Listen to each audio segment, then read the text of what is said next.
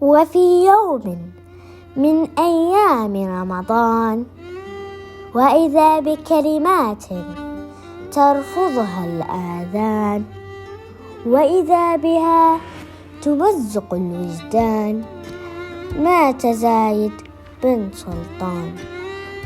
وإذا الدموع تملأ المحاجر، وإذا الكلمات تغص في الحناجر، وإذا السكون يعم المكان.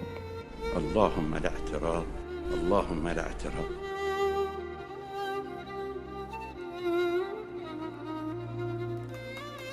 في ذكرى وفاته يعود أمامنا شريط حافل بالعمل السياسي والإنساني، حقيقة مستمرة لأن بصماته ما زالت تتحدث عن نفسها فوق كل جبر من أرض الإمارات.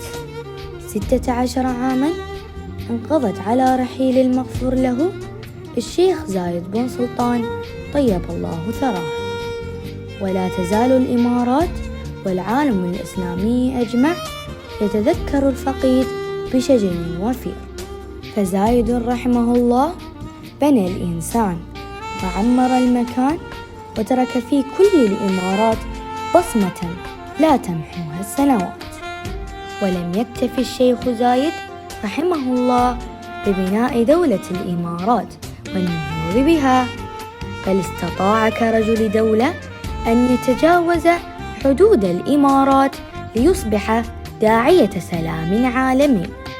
حب ووفاء